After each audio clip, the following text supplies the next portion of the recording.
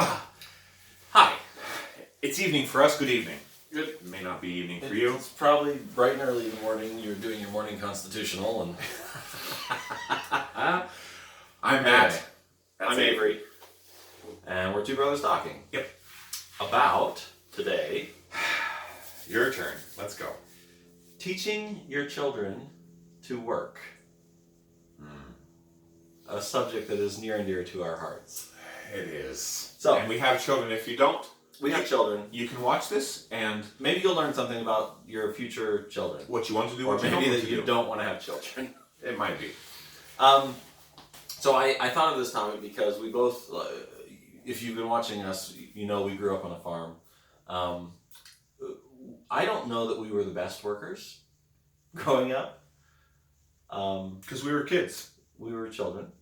However, we had things assigned to us to do. Mostly mowing. A lot of weeding. Not much pruning, but not a lot of cleaning pruning, but cleaning out underneath of the apple trees. the trees. Yeah. Beans. Picking apples, picking beans. Oh, that was awful. Do you remember doing sorghum? I do. They give us an old rusty. If you don't know what sorghum is, It's look it sugar up. cane. Yeah. Sugar cane. If you played condensed down. Minecraft, you know what sugar cane is. Okay. I have children. Yes. Okay. So we had our chores. So we had chores, and I think we did an admirable job of doing them. I agree.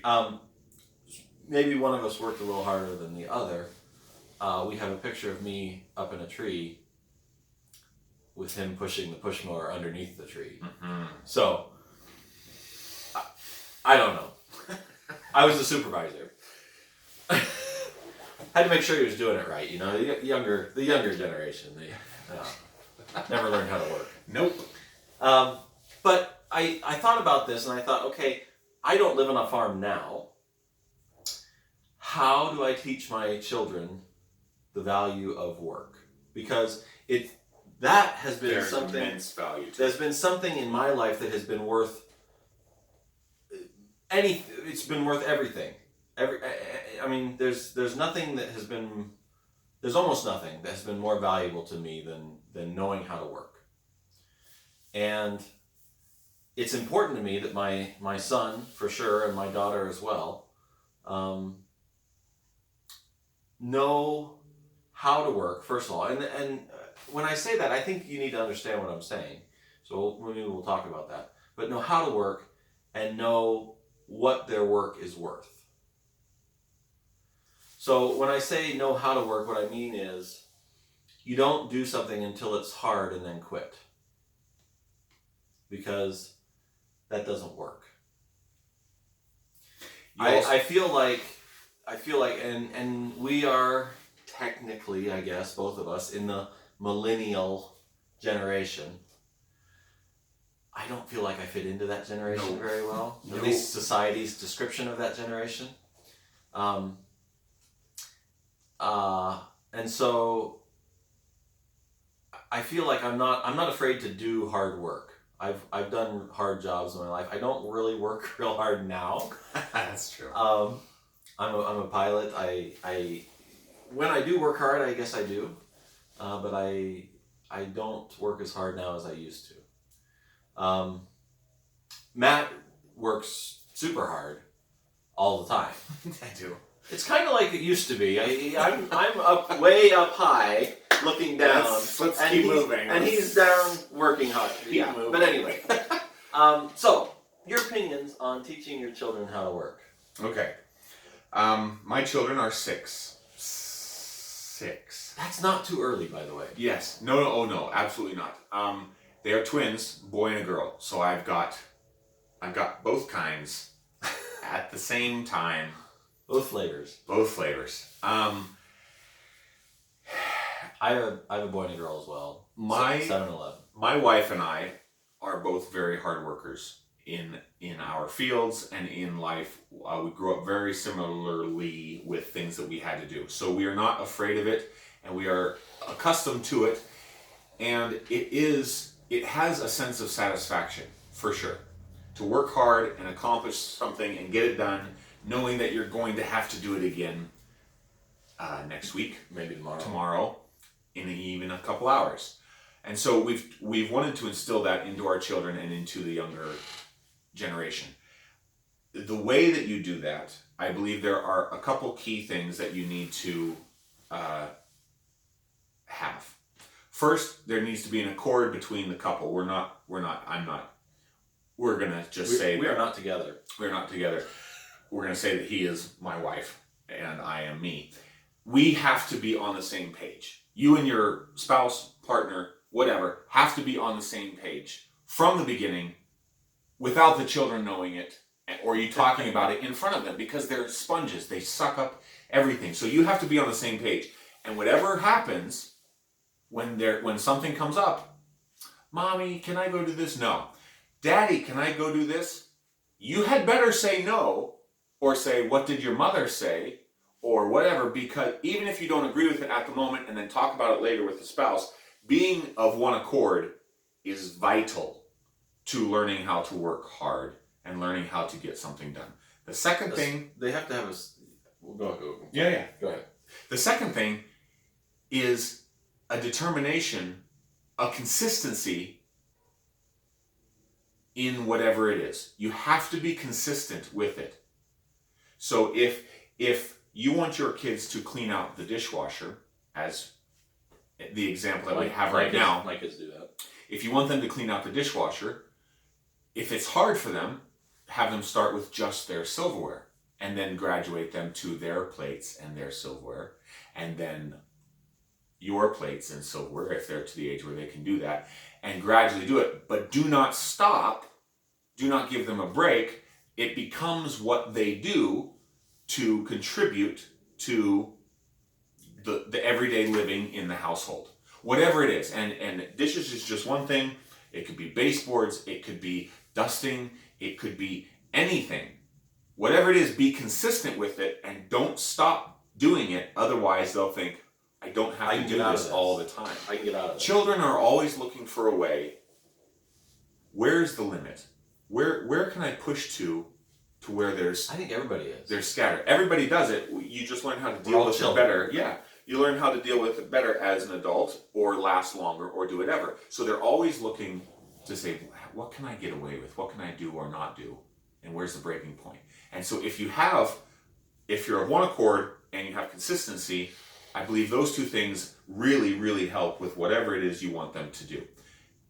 And there needs to be a reinforcement, and that's why having someone there to help you makes it a lot easier. Children are not afraid of working.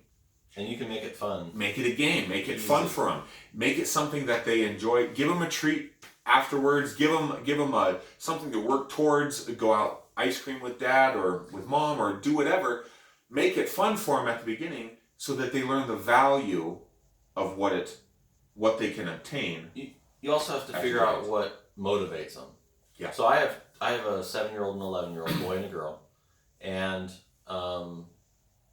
they are very different. Yeah. Very different. And they're very different in what motivates them. And so what works for one may not work for the other. So ice cream works for both of them. Yay! Ice cream works for pretty much everybody. Most people. But I think giving them specific tasks, like you talked about, the dishwasher is a really easy one. My daughter cleans her bathroom. That's her job on Saturdays. And she has chores on Saturdays. I think Saturday chores are really important. Or daily chores, or feeding the dog, or vacuuming the stairs, or whatever the chore is. I think chores are very important. And being, like you said, consistent on, this is your chore, you need to get it done. If you need help with something, let me know, but I think you can do it. And then setting goals that are difficult but achievable. I think having the chores is great, but if I tell my daughter to go take her dishes out of the dishwasher, that is not difficult for her anymore. She's graduated from that and she can now do other things. What is difficult for her is cleaning her bathroom right now, and so she's still doing it. because there are and we expect it to be, you know, cleaned like mom would clean it or dad would clean it. So I think setting realistic, consistent goals, and then tailoring those goals to the age of the kid, and then holding them accountable. Yep.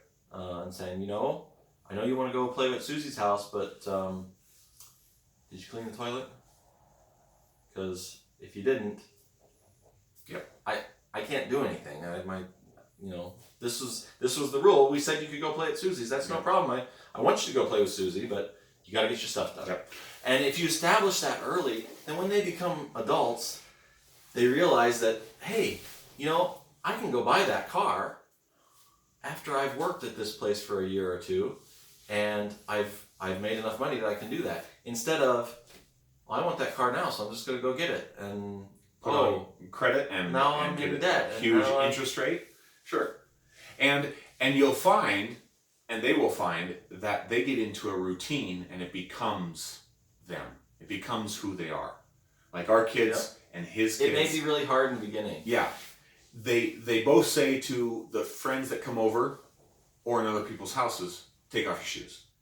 I don't have to say that It's just a routine. anymore to them because it's routine. It's what we do. Not that if you don't do that, it's fine. Yeah, Okay. but they get into a routine of whatever it is that you teach them. The important thing is that you teach them. I think you have to take responsibility for what happens because they will lead the country at some point, and you'll be dropping your dentures out of your face and not being able to do anything. So teach correct principles and give them something to do. Because if their minds are... And they'll figure it out. Yeah, if their Kids minds are stagnant, trouble will come. I mean, problems can arise. So give them something to do, make it fun, and everything will be fine. That's a good topic. A little more somber topic today, but it's a good one. And it's a good one that we should all follow. If you're not in a routine yourself, get into one. Just if do we it. have described you, it may be too late. Unless you're 7 and you're watching this, which is great. Yeah, good for you. That's great. But if you're 23 and you're not cleaning the bathroom, shame on you. Yeah, it's stinky. Or if you've never cleaned the bathroom, shame on you. You should do it. You should go do it right now. All right, you go clean the All right. bathroom, and we'll... Have a great day. Yeah. Bye.